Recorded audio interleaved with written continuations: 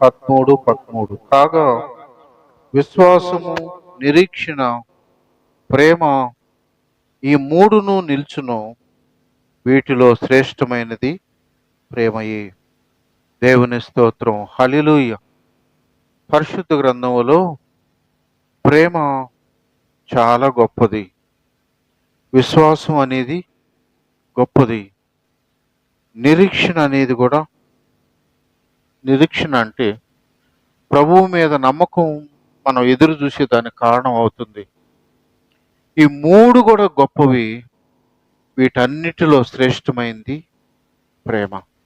దేవుని స్తోత్రం. హల్లెలూయా. నా ప్రియ దేవుని బిడ్డలారా, లోకంలో ప్రేమ ఉంది. ఎలాంటి ప్రేమ అది? స్వార్థపూరితమైనటువంటి ప్రేమ, ప్రతిఫలాన్ని ఆశించే ప్రేమ, దుర్మార్గమైనటువంటి ప్రేమ, అక్రమము, అన్యాయంతో కూడినటువంటి ప్రేమ లోకంలో కనిపిస్తుంది. ప్రభువుని ఎరక్క మునుపు మనకు కూడా ఈ గొప్ప ప్రేమ మనకు తెలియదు, మనము లేవు. కానీ ఈ ప్రేమ అనేది అసలు ప్రారంభాన్ని మనం ఒక మాట గమనిస్తే 1 తిమోతి 1:5 ఉపదేశ సారమేద అనేక పవిత్ర హృదయం నుండి, మంచి మనస్సాక్షి నుండి, నిష్కపటమైన విశ్వాసం నుండి కలుగు ప్రేమయే. చాలు. ఈ ప్రేమ, శ్రేష్టమైన ప్రేమ ఎక్కడి నుంచి ప్రారంభం అవుతుంది అంటే పవిత్ర హృదయం నుండి, మంచి మనస్సాక్షి నుండి, నిష్కపటమైన విశ్వాసము నుండి. ఈ మూడు లక్షణాలు, పవిత్రమైన హృదయం, మంచి మనస్సాక్షి, నిష్కపటమైనటువంటి ప్రేమ, ఇలాంటి దగ్గర నుంచి ఈ ప్రేమ ప్రారంభం అవుతుంది. ఇలాంటి ప్రేమ లోకంలో ఎవరికి ఉంది? దేవుని బిడ్డలారా, మనం మరి 1 యోహాను పత్రిక 4:8 దేవుడు ప్రేమ స్వరూపి అని ఉంది. దేవుని స్తోత్రం. హల్లెలూయా. దేవుడు ప్రేమ స్వరూపి అన్నాడు. అంటే ఇలాంటి శ్రేష్టమైనటువంటి ప్రేమ ఉత్పత్తి ఎక్కడి నుంచి ఉంటుందంటే ఆయన నుండే ఉంటుంది. ఇప్పుడు పవర్ అనేది, కరెంట్ అనేది ఎక్కడి నుంచి ప్రారంభం అవుతుంది? థర్మల్ స్టేషన్ నుంచి ప్రారంభం అవుతుంది. ఇంతకుముందు ఎన్టీఎస్ నుంచి ఉండేది కృష్ణపట్నం, విజయవాడ దగ్గర. ఇవన్నీ కూడా కరెంటుని ఉత్పత్తి చేసే కేంద్రాలు ఇవి. ప్రేమను ఉత్పత్తి చేసే కేంద్రం ఏదైనా ఉందంటే అది దేవుడే ప్రేమ. ప్రేమ అనేది ఆయన నుంచే కలిగింది. ఆయనే ప్రేమ స్వరూపి. దేవుని స్తోత్రం. హల్లెలూయా. ఆ ప్రియ దేవుని బిడ్డలరా, అందుకనే ఆ ఫుట్ నోట్లో ఒకటిచ్చి కింద అన్నాడు, దేవుడు ప్రేమ అయి ఉన్నాడు. ఆయన అంత కూడా ప్రేమ అయినటువంటి దేవుడు అనే విషయం మనకి ఇక్కడ అర్థమవుతుంది. ఆయన ప్రేమ ఎంత గొప్పది అని అంటే పరమగీతం 8:6 అన్నాడు, ప్రేమ మరణమంత బలవంతమైనది, ఈర్ష్య. చాలు. ప్రేమ మరణమంతా బలమైనటువంటిది. మరణం అంత బలం అంటే ఒక వ్యక్తి నేను నీ కోసం ప్రాణం పెడతానన్నా అంటే అంతకన్నా గొప్పది ఇంకేమన్నా ఉందా? ప్రాణం పెట్టేదానికంటే గొప్పది ఏమన్నా ఉందా? నా ఆస్తి అంతా ఇస్తానన్న ప్రాణం కన్నా గొప్ప ఏది గొప్ప కాదు. ఈ ప్రేమ మరణం అంతా బలమైంది. ఈర్ష్య అనేది పాతాళం అంత లోతైంది. ఈర్ష్య పడిపోవటం, ఒప్పులేనితనం, ఇవన్నీ కూడా పాతాళం అంతా కఠోరమైందా? కాబట్టి ప్రియ దేవుని బిడ్డలారా, ఇలాంటి దేవుని ప్రేమ శ్రేష్టమైనటువంటి ప్రేమ. ఇలాంటి ప్రేమ కలిగినటువంటి దేవుడే మనకు 1 యోహాను 4:7 అన్నాడు, ప్రియులారా, మనం ఒకరినొకడు ప్రేమింతము. ఏలయనగా ప్రేమ దేవుని మూలంగా కలుగుచున్నది. ప్రేమించు ప్రతివాడును దేవుని మూలముగా పుట్టినవాడై దేవుని ఎరుగును. దేవుని స్తోత్రం. హల్లెలూయా. ప్రేమ అనేది దాని మూలం ఏదని చెప్పాము? దేవుడే ప్రేమ. ప్రేమ అనేది దేవుని మూలముగానే ఉంటుంది, దేవుని నుంచే ప్రారంభమవుతుంది. చెరువులో నీళ్లుంటే మనం కాలువలోకి చెరువులో నుంచే రావాల్సిందే. కాబట్టి ప్రేమ అనేది దేవునిది, అది దేవుని గొప్ప లక్షణం. ప్రేమ అనేది, ఆ ప్రేమ అనేది ఆయన నుంచి ప్రారంభమవుతుంది. అందుకని మనలో ఈరోజు ప్రేమ కలిగి ఉన్నాము. మునుపు మనం ప్రేమను ఎరగని వారం. ఈర్ష్య, ద్వేషం, అసూయ, పగ ఇలాంటి అపవాది లక్షణాలతో మునిగి తేలుతున్న మనకు ఈరోజు ప్రేమ కలిగి ఉన్నాము. ఒకరిని కొరకు మనం ప్రార్థన చేస్తున్నాం. ఎందుకు? వాళ్ళు ఏదన్నా మనకి ఇస్తారనే, వాళ్ళు ఏదన్నా మనల్ని మెచ్చుకుంటారనే. ఒకరి బాధల్లో మనం ఏడుస్తున్నాం. ఎందుకు? ప్రభు అందుకనే ఆయనే మనల్ని ప్రేమించాడు. మొట్టమొదటిగా మనలో ప్రేమ లేదు, ఈర్ష్య ద్వేషం ఉండింది, కానీ దేవుడే మనల్ని ప్రేమించి, అందుకే 10వ వచనంలో అన్నాడు, మనము దేవుని ప్రేమించితమని కాదు, తానే మనలను ప్రేమించి మన పాపముల కొరకు ప్రాయశ్చిత్తము చేయుటకు ఆయన కుమారుణ్ణి ఈ లోకానికి పంపించాడు. దేవుని బిడ్డలారా, మనము ప్రేమించాల. అసలు మనకు రోమా పత్రిక 5వ అధ్యాయంలో చెప్పబడిన మాట ఏంటంటే 6వ వచనం. లేనగా ఆ, మనం ఇంకా బలహీనమై ఉండగా క్రీస్తు యుక్త కాలమున భక్తిహీనుల కొరకు చనిపోయాను. చాలు. ఎంత గొప్ప మాట అది. మనం యోగ్యులమై ఉండగా, భక్తి పరులమై ఉండగా, నీతిమంతులుగా ఉండగా, పరిశుద్ధులుగా ఉండగా ఆయన మన కొరకు చనిపోలా. మనం ఇంకా కూడా అదే భక్తిహీనతలో, అదే అపవాది బంధకాల్లో నలిగి నశించిపోతున్నప్పుడు, అలాంటప్పుడు ఆయన ఈ లోకానికి వచ్చి తన ప్రాణాన్ని మన కొరకు వేల చెల్లించాడు.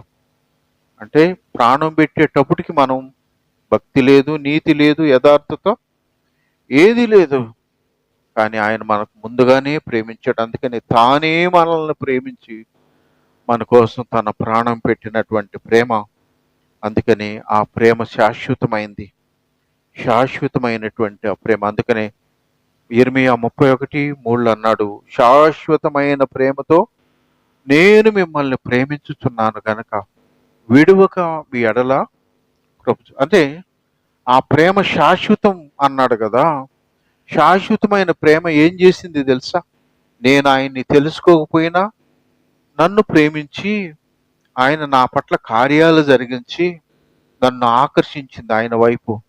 ఆయన ప్రేమ శాశ్వతం కాబట్టే కదా నేను ఇంకా దేవునిలో ఎదుగుతూ జారిపోతున్నా, ఇష్టానుసారంగా ప్రవర్తిస్తున్నా, లెక్క లేకుండా జీవిస్తున్నా, అయినా ఇంకా నా పట్ల కనికరం చూపింది. అది శాశ్వతమైన ప్రేమ కాకుండా మనలో క్యాలిక్యులేషన్ ఉండే ప్రేమ ఎలాంటిదంటే, నువ్వు నన్ను ప్రేమిస్తే నేను నిన్ను ప్రేమిస్తా, నువ్వు నాకు సహాయం చేస్తే నేను మీకు సహాయం చేస్తా, నువ్వు నా తోడు వస్తే నేను కూడా నీ తోడు. ఇది మనలో లోకంలో ఉండే ప్రేమ.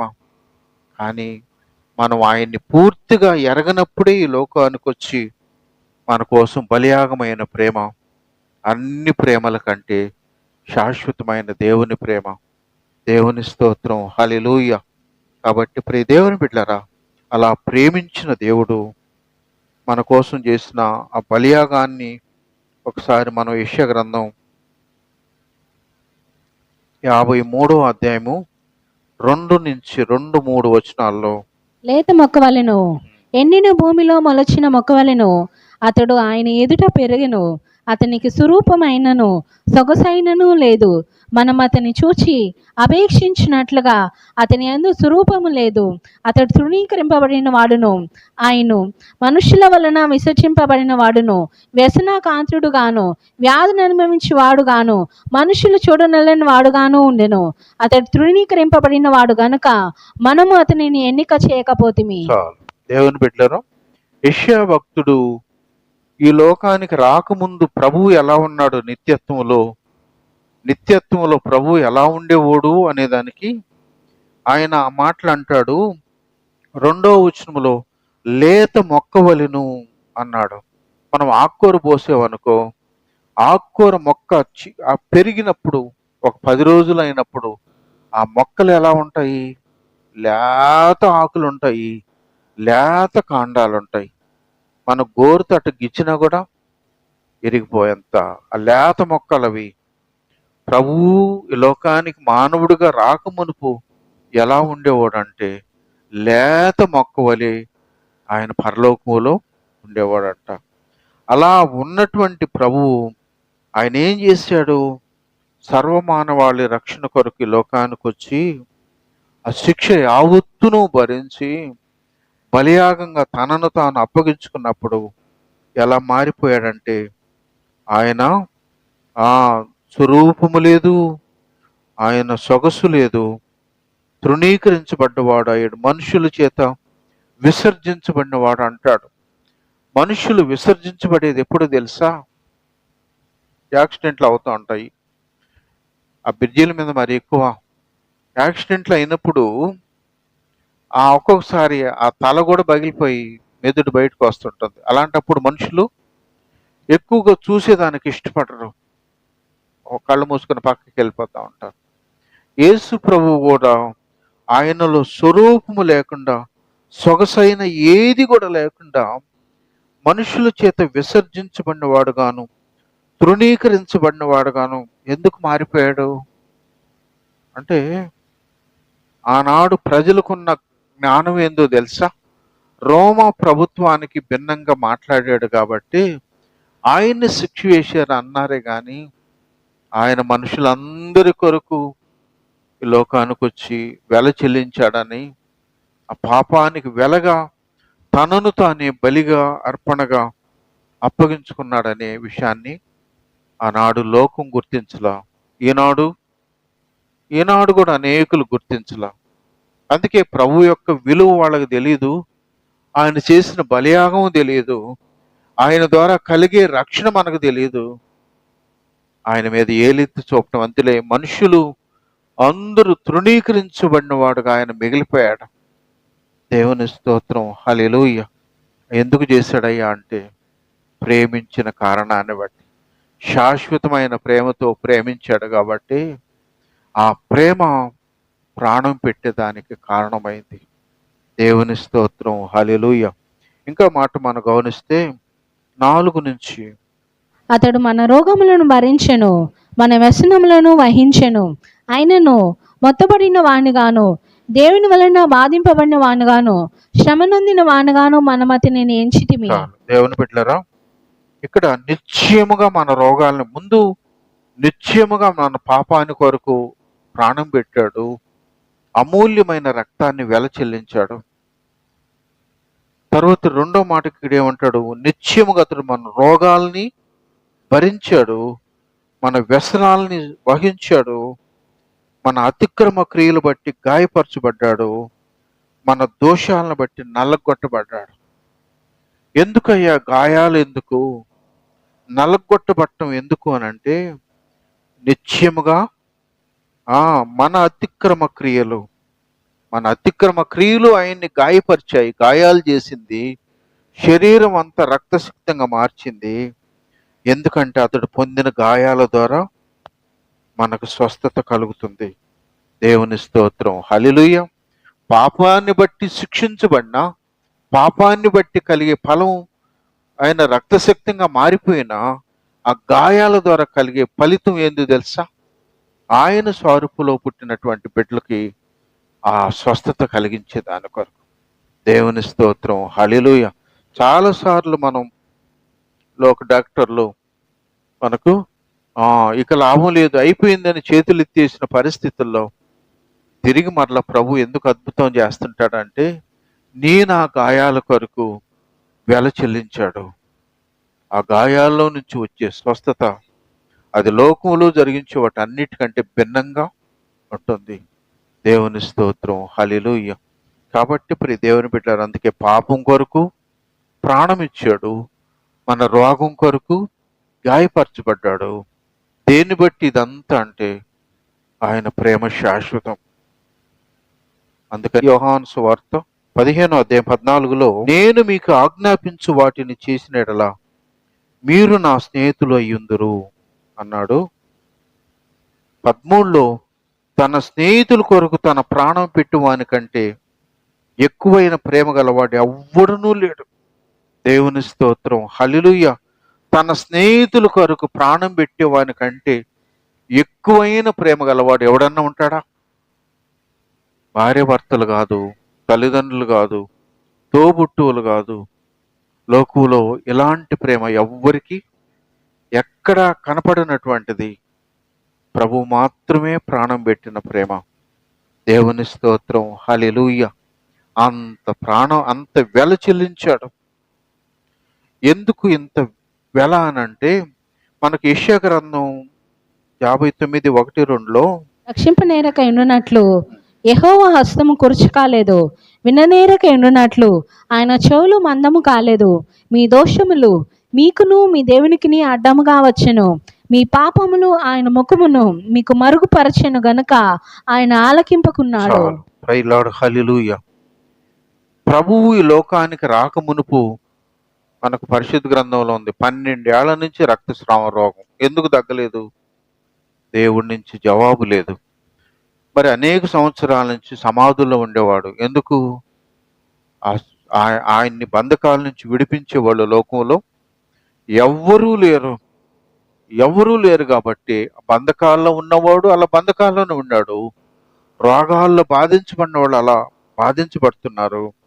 ఎందుకు కారణము అంటే, పరలోకపు తండ్రి వాళ్ళ ప్రార్థన ఆలకించటం లేదంట. అందుకే ఇక్కడ అంటాడు, రక్షించనేరకుండానట్లు యెహోవా హస్తం కూర్చు కాలేదు, విననేరకుండానట్లు ఆయన చెవులు మందక. ఆయన నిన్ను రక్షించబోయానంత చేతులు అయింది, కొరస చేతిలో నీ రోగం ఏందో, నీ బాధ ఏందో విడిపించలేడా? ఆయన అంత సమర్థత ఉన్నప్పటికీ మనుషుల్లో ఎందుకు ఈ బలహీనత ఇంకా ఉంది? ఎందుకు రోగాల నుంచి బయటకు రాలేకపోతున్నారు? ఆ బంధకాల నుంచి ఇంకా ఎందుకు విడుదల పొందలేకపోతున్నారంటే, మీకును మీ మీ దోషములు మీకును మీ దేవునికి మధ్య అడ్డంగా వచ్చింది.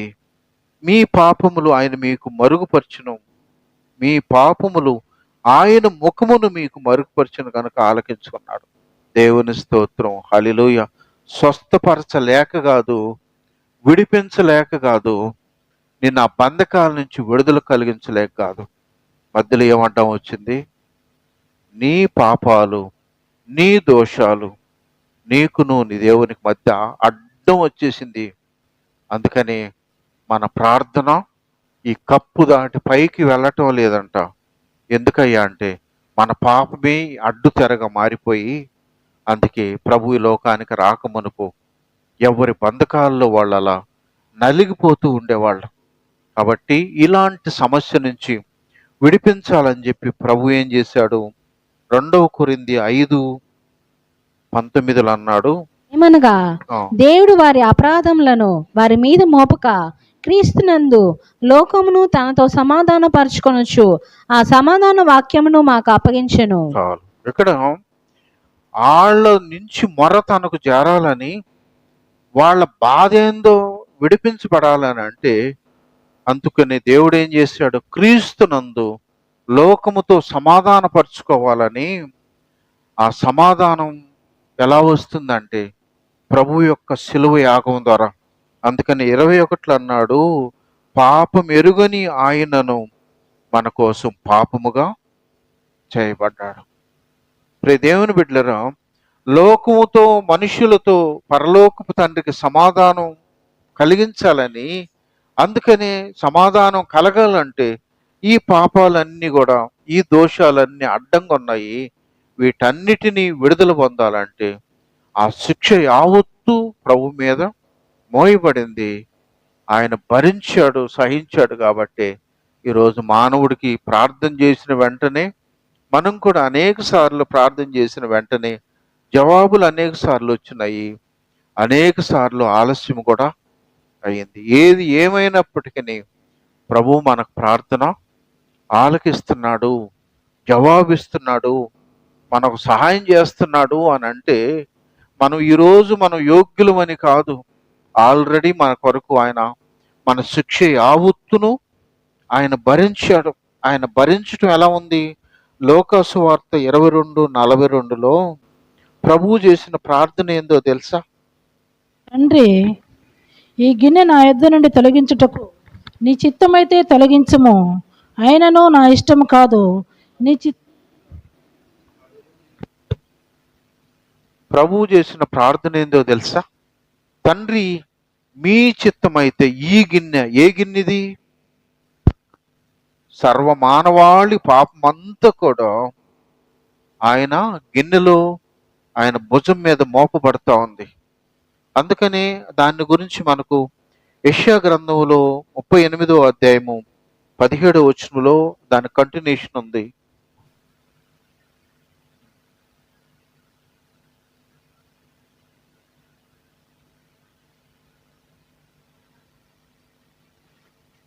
దేవుని స్తోత్రం, హల్లెలూయా. ఇక్కడ ఏమంటాడంటే ఆయన యొక్క మిక్కుటమైన ఆయాసము, ప్రభువు యొక్క మిక్కుటమైన ఆయాసము నాకు నెమ్మది కలిగించింది. ఆయన ప్రేమ, ప్రభు యొక్క ప్రేమ నాశనం అనే గోతిలో నుంచి నన్ను బయట విడిపించింది. ఎందుకో తెలుసా? ఆయన వీపు తట్టు నా పాపములన్నీ కూడా మోపబడ్డాయి. మనందరి పాపాలన్నీ కూడా ప్రభు మీద ఈపు తట్టు మోయబడింది. అందుకే ఆ బలమైన సిలువను ఆయన యెరూషలేము వీధుల్లో మరి ఆ భయంకరమైన సిలువ సహిస్తూ భరించాడు. అదే సిలువ మీద, గొల్గోతా కొండ మీద తన ప్రాణాన్ని ఇచ్చాడు. దేవుని స్తోత్రం, హల్లెలూయా. ఎందుకు ఇలాంటిదంటే అదే ప్రేమ.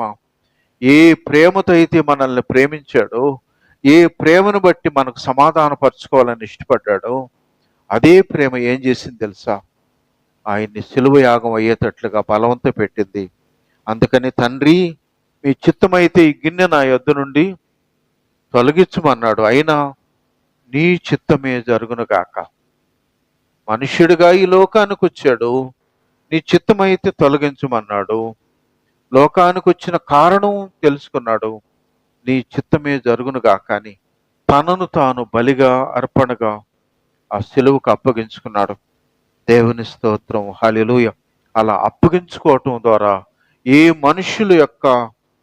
మనుషుల ప్రార్థన తండ్రి దగ్గరికి జవాబు లేకుండా ఉందో, ఈరోజు ఆయన రక్తము ద్వారా మన పాపాలు క్షమించబడి తండ్రితో మనకు సమాధానాన్ని కలిగించేదానికి కారణమైంది. దేవుని స్తోత్రం, హల్లెలూయా. ఇక్కడ మనం ఒక మాట గమనించినట్లయితే ఆ సిలువ శిక్ష వేసేదానికి కారకులు ఎవరు? ఒకసారి మనం గమనిస్తే రోమా గవర్నరు పిలాతు తీర్పు తీర్చాడు. ఈయన్ని సిలువకు నేను అప్పగిస్తున్నాను, 39 కొరడా దెబ్బలు కొట్టి ఈయనకు సిలువ వేయాలని నేను అప్పగిస్తున్నాను అన్నాడు. కాబట్టి పిలాతు కారణకుడా? రెండవది మనం గమనిస్తే ఆయన మీద వ్యతిరేకంగా మాట్లాడినటువంటి శాస్త్రులు, పరిసయ్యులు, లేక ఆ శిక్షను అమలు చేసేటప్పుడు రోమా ప్రభుత్వంలో ఉన్న సైనికులు అందరూ కూడా క్రూరంగా వ్యవహరించారు. ఎవరు కారకులు? ప్రభువుని అలాంటి ఘోరమైన శిక్షకు అప్పగించబడేదానికి కారకులు ఎవరు అని అంటే, దేవుని బిడ్డలారా, మనకొక్క మాట మనం గమనిస్తే యెషయా గ్రంథం 53వ అధ్యాయము 6వ వచనములో ఒక మాట ఏమంటాడంటే, మనమందరము ఆ, గొర్రెల వలె త్రోవ తప్పిపోతిమి, మనలో ప్రతివాడును తనకిష్టమైన త్రోవకు తొలగెను, యెహోవా మన అందరి దోషమును అతని మీద మోపెను. చాలు. ప్రైలాడు, హల్లెలూయా. ఇక్కడ అన్నాడు, మనం ఎవరి వల్లే త్రోవ తప్పిపోయామంట. గొర్రె ఏం చేస్తుంది తెలుసా? ముందు గొర్రె అట్ట పోతుంటే అటే పోతుంది. అది దాటి, కాలువ దాటి గుంటలో పడుతుంటే ఇది కూడా దాటి గుంటలోనే పడుతుంది. ముందుది తప్పిపోయింది, వెనకాల నేను సరి చేసుకోవాలనే జ్ఞానం దానికి లేదు. సర్వ మానవాళి కూడా ఎలా చెప్పబడింది వాక్యం అంటే, మనం అందరం కూడా గొర్రెల వలె త్రోవ తప్పిపోయాం. గొర్రెలు కదా గుంటలో పడినట్టు మనం కూడా పాపం అనే ఆ గుంటలో అందరం పడిపోయాం. మనలో ప్రతివాడు తనకిష్టమైన త్రోవకు తొలగెను. ఇష్టంగా దేవుడు ఇష్టంగా ఆయన రూపంలో ఆయన పోలికలో సృజించుకుంటే దేవుడు ఇష్టంగా సృష్టి యావత్తుని కలుగును గాకని ఆఫ్టర్ ఈ మానవుడిని మాత్రం స్వహస్తాలతో నిర్మిస్తే ఎంత ప్రేమించిన దేవుడిని ఏం చేశాడు తెలుసా? తనకిష్టం వచ్చిన త్రోవల్లో మానవుడు వెళ్ళిపోయాడంట. తనకిష్టమైన మనలో ప్రతివాడు కూడా తనకిష్టమైన త్రోవకు పక్కకు తొలగిపోయారు. అందుకని యెహోవా మనందరి దోషం ఆయన మీద మోపబడింది. కాబట్టి ప్రభువు అంత భారాన్ని భరిస్తూ అన్నాడు, తండ్రి నన్నెందుకు చెయ్యి విడిచావు? ఒక ప్రభువుని పరలోకపు తండ్రి ఎందుకు చెయ్యి విడవాల్సి వచ్చింది అనంటే, ఆయన చెయ్యి ప్రభువుని విడిచి ఈరోజు దుమ్ము ధూళి లాంటి మన చెయ్యిని ఆయన పట్టుకున్నాడు. ఈరోజు మనం క్రీస్తు మన పాపము అంతా ఆయన మీద మోపబడి ఆయన పాపముగా మార్చబడితే మనం క్రీస్తు యొక్క పరిశుద్ధత, నీతి, యథార్థత మనం స్వాధీనంలో ఉంచుకొని ఈరోజు ఆయన్ని బట్టి మనం నీతిమంతులుగా, పరిశుద్ధులుగా, యథార్థులుగా మార్చబడ్డాం. దేవుని స్తోత్రం, హల్లెలూయా. నా ప్రియ దేవుని బిడ్డలారా, అంటే ఎంత మార్పుకి కారణం ఏంటంటే దేవుని యొక్క ఆ ప్రేమ అనే సత్యాన్ని మనం జ్ఞాపకం చేసుకోవాలి. క్రీస్తు రక్తముతో కడగబడినటువంటి మనం దేవుని విలువైన ప్రేమను మనం ఎప్పటికీ గుర్తుండే వారంగా ఉండాలి. అలా మనల్ని ప్రేమించి వెల చెల్లించాడు కాబట్టి యేసు ప్రభు దగ్గరికి ఒక వ్యభిచార స్త్రీని తీసుకొచ్చారు. వాళ్ళు చెప్పారు, పాపము చేస్తుండగా ఈ స్త్రీ పట్టబడింది. ధర్మశాస్త్రం చెప్తుంది ఏం చేయాలంట? రాళ్లతో కొట్టి చంపేమన్నారు. నువ్వేం చెప్తావో చెప్పు అన్నాడు ఆయన. కాబట్టి ధర్మశాస్త్రం చెప్పింది రాళ్లతో కొట్టి చంపేమన్నాడు. ప్రభువుని అడిగితే శోధిస్తూ అడిగారు వాళ్ళు. అందుకే ప్రభు అన్నాడు, మీలో పాపము లేని వాడు ఎవడో వాడు మొట్టమొదట రాయి వేయమన్నాడు. ఆ మాట చెప్పంగానే వాళ్ళు ఒకరి తర్వాత ఒకరు అందరూ వెళ్ళిపోయారు. కాబట్టి ప్రియ దేవుని బిడ్డలారా, ఎందుకు ధర్మశాస్త్ర ప్రకారంగా శిక్ష ఎందుకు లేదు? ధర్మశాస్త్రాన్ని నెరవేర్చేదానికి నేను వచ్చాను అన్నాడు కదా ప్రభు. ఏమి నెరవేర్చాడంటే, ధర్మశాస్త్రం రక్తం చిందించకుండా పాప క్షమాపణ లేదు కాబట్టి సర్వమానవాళి పాపం అంతా తన మీద వేసుకొని ఆయనే బలిగా, అర్పణగా అప్పగించబడ్డాడు. అందుకని ఆ స్త్రీకి, అమ్మ నేను నిన్ను శిక్షించను గాని ఇక నుండి నువ్వు మరి ఎక్కువ కీడు జరిగేటట్లుగా నీకు పాపం చేయొద్దు అన్నాడు. దేవుని స్తోత్రం, హల్లెలూయా. మరి కుష్ఠరోగి ఒకడు వచ్చి, ప్రభువా దావీదు కుమారుడా నన్ను కరుణించమని కేకలు వేసి ఆయన పాదాల మీద పడిపోతే ప్రభు అన్నాడు, నిన్ను స్వస్థపరుస్తాం నాకు ఇష్టమే అని వాడిని హత్తుకొని ఆ స్వస్థత ఇచ్చాడు. ఎందుకు? ధర్మశాస్త్రం ఏం చెప్తుంది? కుష్ఠరోగిని ఊరికి బయట వెళ్ళగొట్టాలా, వాడు ఊర్లో ఉండేదానికి హక్కు లేదు వానికి. కానీ ప్రభు ఏం చెప్పాడు? ధర్మశాస్త్రాన్ని నెరవేర్చే దాని కొరకు ఆయనే ఈ లోకానికి వచ్చి పాపానికి వెల చెల్లించి తన ప్రాణం పెట్టడం ద్వారా దేవుడు ఎంత ప్రేమించాడో, ఎంతగా మన కోసం త్యాగం చేశాడో మనకి ఇవి అర్థం అవుతుంది. అందుకని వాళ్ళు ప్రభువుని శిక్షించిన పిలాతు కావచ్చు, ఆ శిక్షకు కారకులైన శాస్త్రులు, పరిసయ్యులు కావచ్చు, రోమా సైనికులు అందరూ కూడా కావచ్చు, వాళ్ళందరిలో ఎవరు ఉన్నాము? మన అందరి దోషం, నా మాటలు వింటున్న మన అందరి దోషం, మానవుడిగా పుట్టిన ప్రతి ఒక్కరి దోషం. ఎబ్రీ పత్రిక 2వ అధ్యాయంలో అనింది, మనలో ప్రతి ఒక్కరి కొరకు ప్రాణం పెట్టాడు, ప్రతి ఒక్కరి కొరకు వెల చెల్లించాడు, ప్రతి ఒక్కరూ ఆయన రక్తంతో కడగబడితేనే సెలవు మరణాన్ని దప్పించుకుంటాడు. ప్రతి ఒక్కరూ ఆ రక్తం ద్వారా కడగబడి నీతిమంతులుగా మార్చబడితేనే రేపు రాబోయే దేవుని ఉగ్రతలో నరకాన్ని నుంచి తప్పించబడే నిత్యత్వంలో ఉంటాడు. దేవుని స్తోత్రం, హల్లెలూయా. అది కాబట్టి కేవలం ఈ తప్పించబడే దానికి అంతటికీ కారణం ఏంటంటే కేవలం ప్రభు ప్రేమ మాత్రమే, అందుకని అన్నిటికంటే శ్రేష్టమైంది ప్రేమయే అన్నాడు. దేవుని స్తోత్రం, హల్లెలూయా.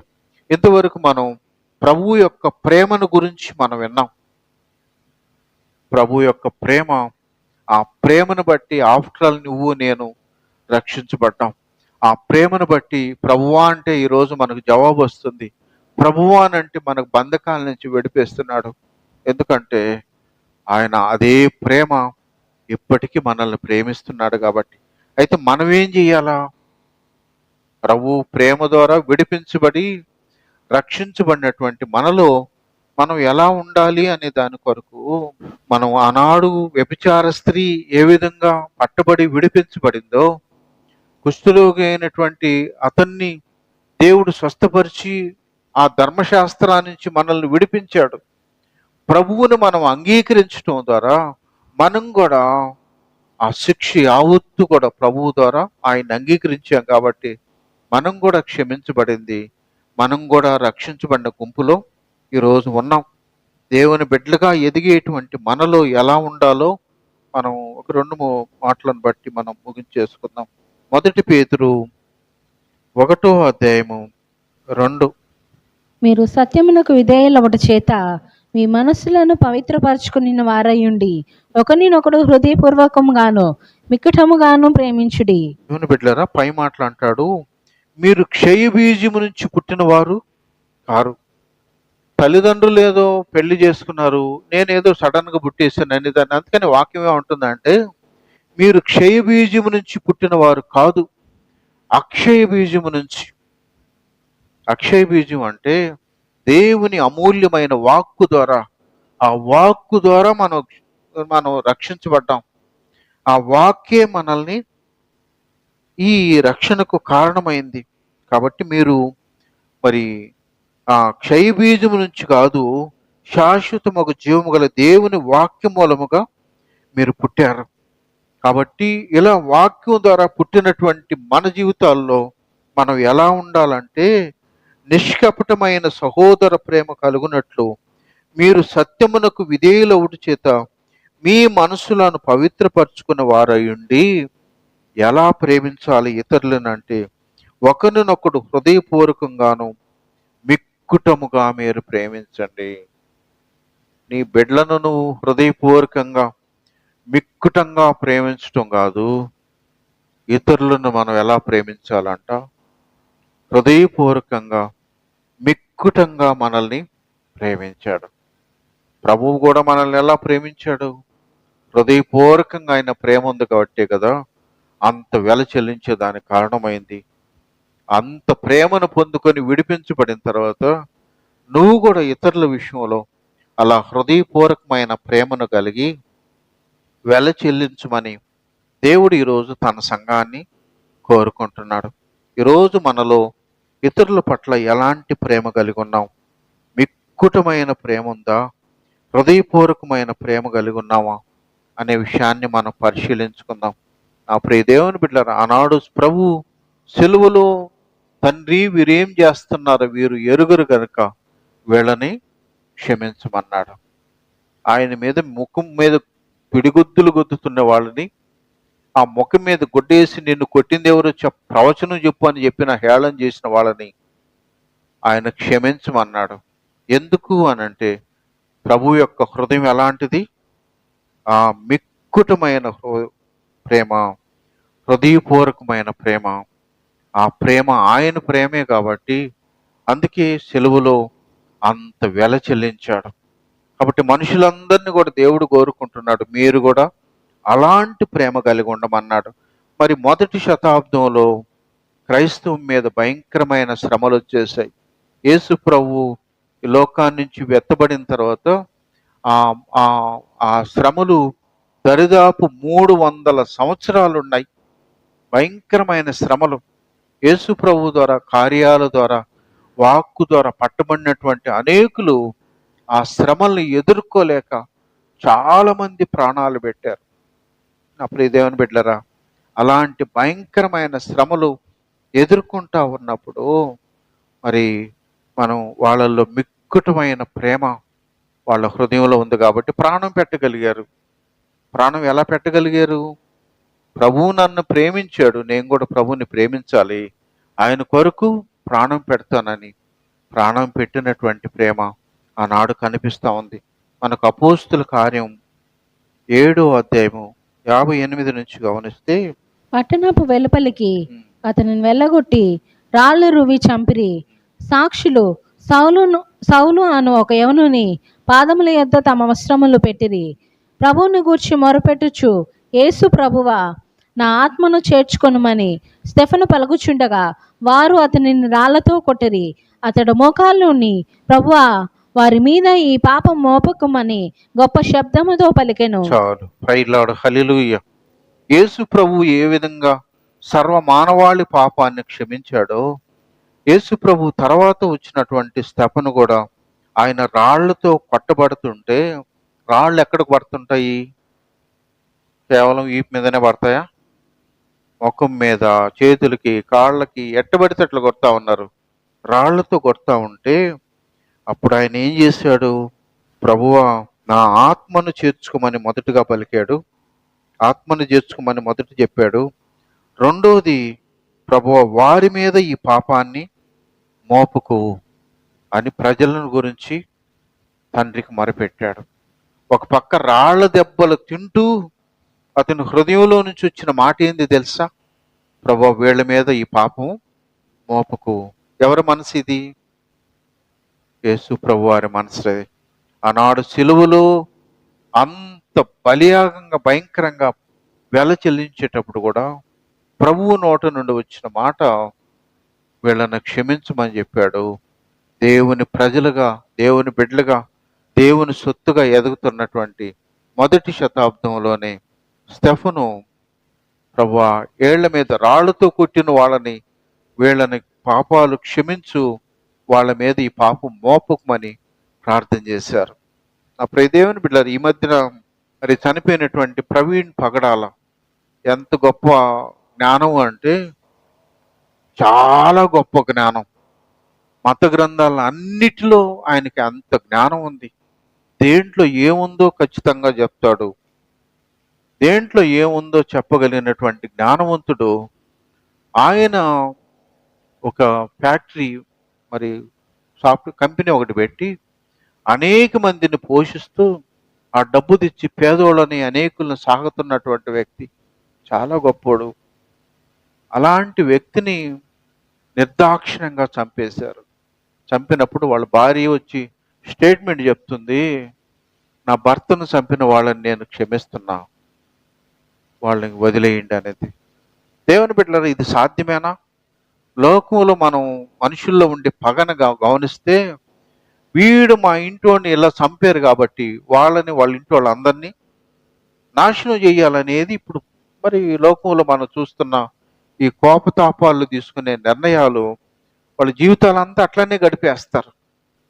వాళ్ళ నీళ్లు చంపి, వీళ్ళను వాళ్ళు చంపి. వీటన్నిటికీ భిన్నంగా యేసు ప్రభు చేసినటువంటి ప్రార్థనకు ప్రతిఫలంగా మరి ఈనాడు స్టెఫను ఏ విధంగా అదే మాట చెప్పాడో, ప్రవీణ్ పగడాల భార్య కూడా అదే మాట చెప్తుంది, వాళ్ళని క్షమిస్తున్నాను. ఆ ప్రియ దేవుని బిడ్డలారా, మరి మనకు మరి ఆస్ట్రేలియా మిషనరీ గ్రహం స్టైన్, ఆయన కుష్ఠరోగులకు సేవ చేస్తున్నాడు. వాళ్ళకు కట్లు కట్టి, మందులు పూసి, వాళ్ళకి తిండి పెడితే మన వాళ్ళకి చేత కాదు అది. కుష్ఠరోగులను చూసి దూరంగా ఊరు బయటకు దరివేసి బ్యాచ్ మంది. కానీ అదే కుష్ఠరోగులకి ఆయన ఏం చేశాడు?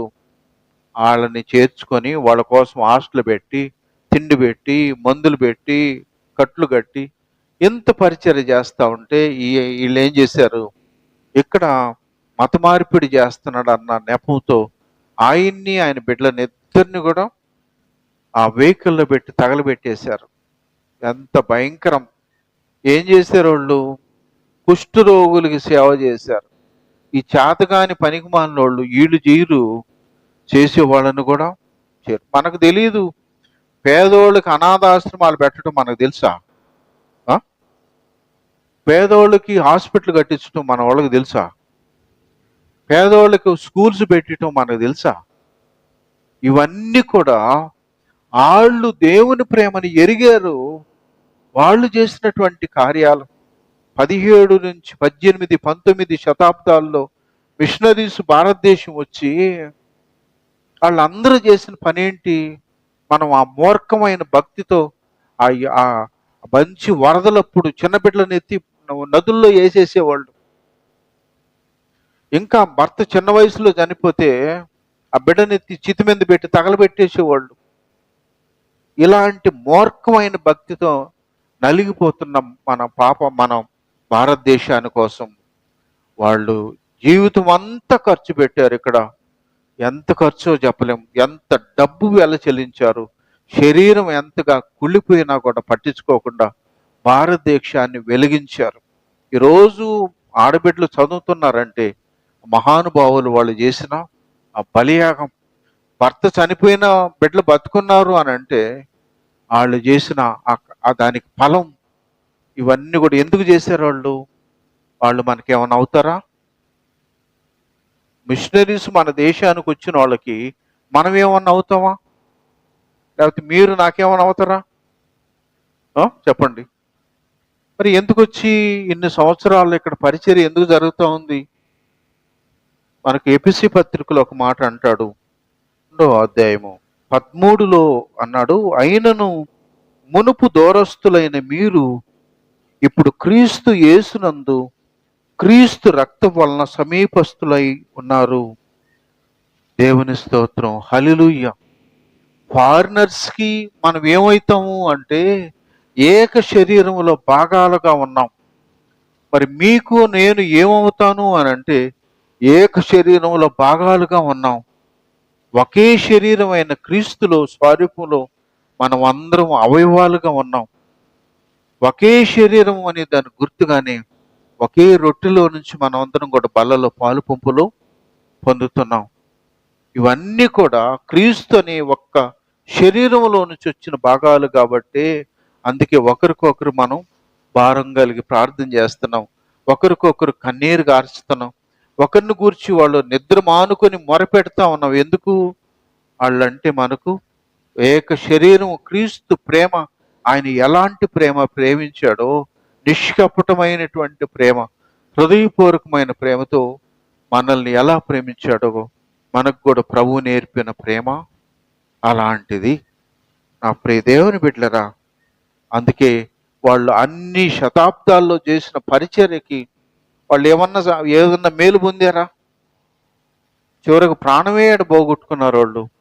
ఇప్పటికీ వాళ్ళ సమాధులు మన దేశంలో అనేకం ఉన్నాయి. కానీ ఎందుకు అంత వెల చెల్లించారు?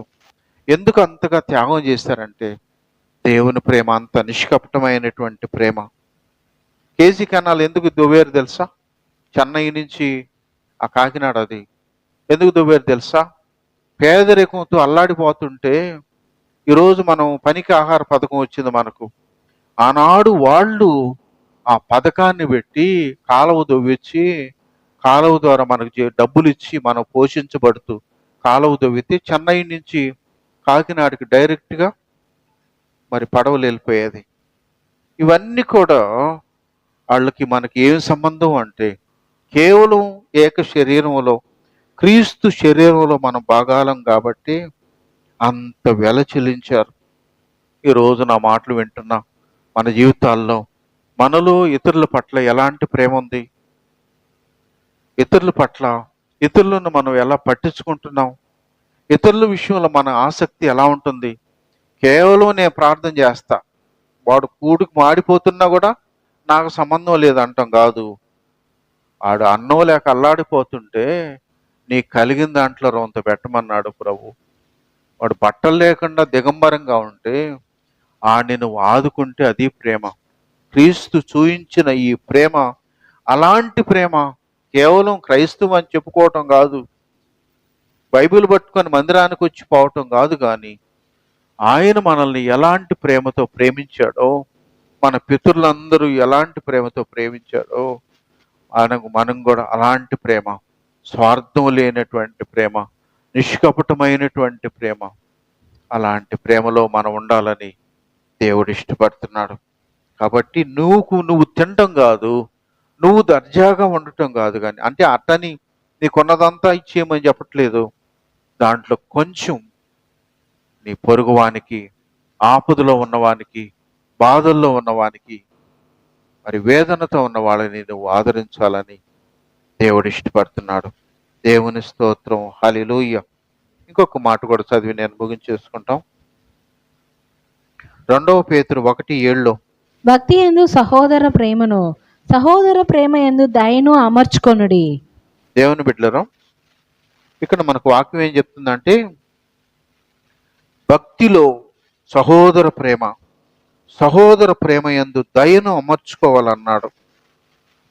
అంటే భక్తిలో నీవు ఏమి అమర్చుకోవాలా, దాంట్లో ఏమి సెట్ చేయాలి అని అంటే, భక్తిలో సహోదర ప్రేమ అంటే ఏది చెప్పాము? మనము ఒకే శరీరంలో భాగాలం, ఒకే రక్తం మనలో ప్రవహిస్తుంది. అది ప్రభువు యొక్క రక్తం, ఆయన శరీరం. కాబట్టి ప్రభువును బట్టి మనం అందరం సహోదరులం అయ్యాము అన్నాం. కాబట్టి ఆ సహోదర ప్రేమలో మనం ఏం అమర్చుకోవాలా? దయను అమర్చుకోవాలా. దయ కలిగి ఉండటం, కనికరం కలిగి ఉండటం. ఇతరుల పట్ల మనం అలాంటి దయను, కనికరాన్ని కలిగి మనం జీవించటం అనేది మనకు అవసరం. ఎందుకో తెలుసా? ఒక మాట మనం రోమాపత్రిక 8వ అధ్యాయము 29-30లో, ఎందుకనగా తన కుమారుడు అనేక సహోదరులలో జ్యేష్ఠుడగునట్లు దేవుడు ఎవరిని ముందుగా ఎరిగెనో వారు తన కుమారునితో సారూప్యము గలవారవుటకు వారిని ముందుగా నిర్ణయించెను. మరియు ఎవరిని ముందుగా నిర్ణయించెనో వారిని పిలిచెను. ఎవరిని పిలిచెనో వారిని నీతిమంతులుగా తీర్చెను.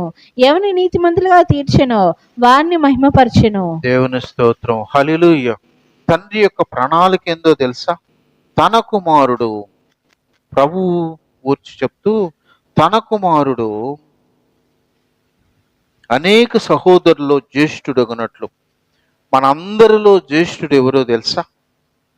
ప్రభువు జ్యేష్ఠుడు.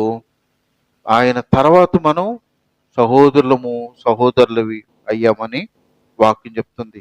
అందుకే మనందరిలో ఆయన జ్యేష్ఠుడు అవ్వాలని ఆయన్ని ముందుగా నిర్ణయించాడంట, ముందుగా వెల చెల్లించాడని చెప్తుంది.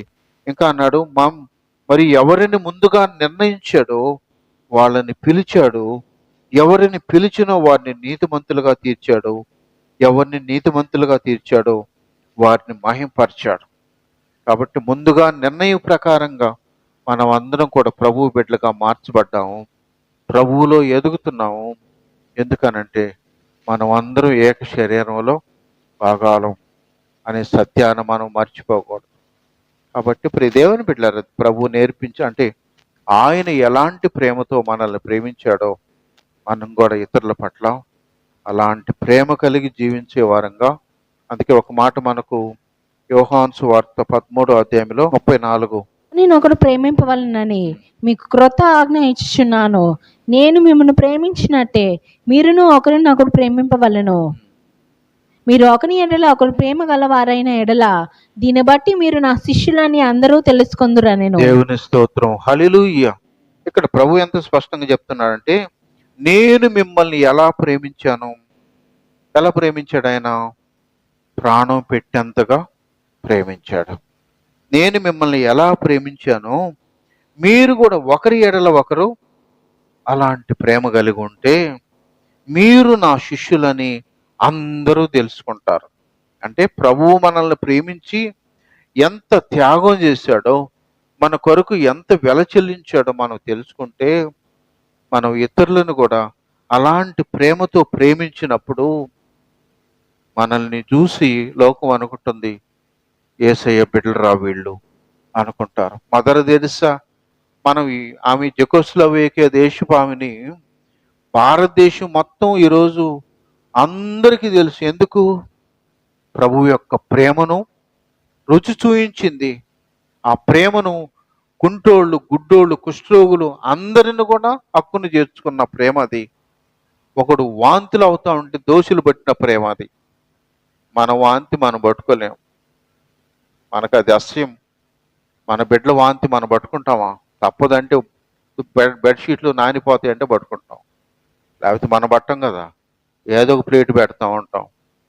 కానీ అలాంటి దరిద్రుల యొక్క ప్రేమకు క్రీస్తు ప్రేమ జత చేసి అలా ప్రేమించి ఈరోజు చిరస్థాయిగా చరిత్రలో నిలిచిపోయారు. కాబట్టి ఇప్పుడు దీని అంతటికీ కారణం నాకు మరింత డబ్బు ఉంటేనే చేస్తాను, నాకు అంత టైం ఉంటేనే చేస్తాను, నాకు అన్ని అవకాశాలు ఉంటేనే చేస్తానని కాదు.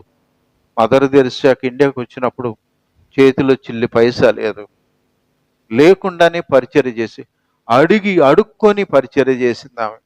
అయ్యా బిడ్డలకు అన్నం లేదు, డబ్బులు ఇవ్వమని అడుక్కొని అలా పరిచర్య చేసి ఈరోజు ప్రపంచవ్యాప్తంగా ఎన్నో మరి సంస్థలని ఏర్పాటు చేసింది. పేదల కొరకు, అనాథరాల కొరకు, దిక్కులేని వారి కొరకు, విధవరాండ్ల కొరకు, ఇలాంటివి ఎన్నో. కాబట్టి ప్రభువు ఇతను మనతో కోరుకుంటున్నాడు. మనం కేవలం ప్రభువులో ఆదివారం పోయిచ్చే వాళ్ళంగా కాదు, కానీ ప్రభు ప్రేమను, సహోదర ప్రేమ కలిగి ఆ సహోదర ప్రేమలో మీరు దయను మీరు అలవర్చుకోండి అని కోరుకుంటున్నాడు. దేవుడి మాటలు ఆయన మనకు దీవించును గాక.